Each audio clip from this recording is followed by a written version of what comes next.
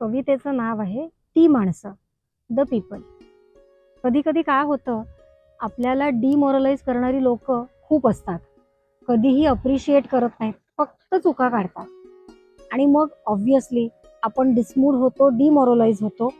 त्यावेळी आपल्याला हे आठवायला पाहिजे की आपल्या पाठीशी भक्कम उभी राहणारी माणसं कोण आहेत, आपल्या पाठीवर कौतुकाची थाप देणारी माणसं कोण आहेत. तर त्या सगळ्या माणसांसाठी ही पोयम.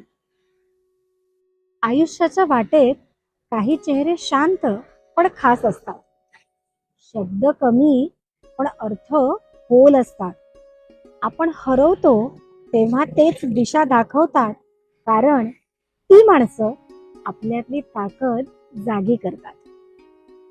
मनात शंका जेव्हा सावलीसारखी पसरते, आत्मविश्वासही कुठेतरी हरवून बसतो, तेच येऊन आपल्या शक्तींची आठवण करून देतात, कारण ती माणसं आपल्यातली ताकद जागी करतात. कधी कधी लोएस्ट पॉइंटला जेव्हा सगळं संपल्यासारखं वाटतं, होतं ना असं, कधी कधी लोएस्ट पॉइंटला जेव्हा सगळं संपल्यासारखं वाटतं, स्वप्नांचंही ओझं सहन होत नाही असं भासतं, तेच आपल्या ॲबिलिटीजची जाणीव पुन्हा करून देतात, कारण ती माणसं आपल्यातली ताकद जागी करतात. क्रिटिसाइज करणारे अनेक येतात आणि जातात, हे खूप इम्पॉर्टंट आहे. क्रिटिसाइज करणारे अनेक येतात आणि जातात, पण साथ देणारे हात आयुष्यभर सोबत असतात. साथ देणारे हात आयुष्यभर सोबत असतात. आणि त्यांच्यामुळेच आपण नव्यानं एक नवीन जग उभं करतो.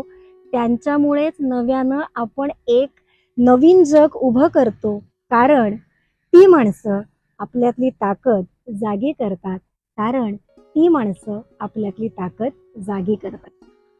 ही पोएम 100% तुम्ही रिलेट केली असेल, कारण आपल्या सगळ्यांना ही क्रिटिसाइज करणारी माणसं भेटतच असतात. तेव्हा जेव्हा जेव्हा अशी माणसं भेटतील, तेव्हा ही कविता नक्की बघा. आणि आवडली असेल तर भरपूर शेअर करा. पुढच्या भागात भेटणारच आहोत. तोपर्यंत stay tune and follow casual गप्पा विथ नेहा.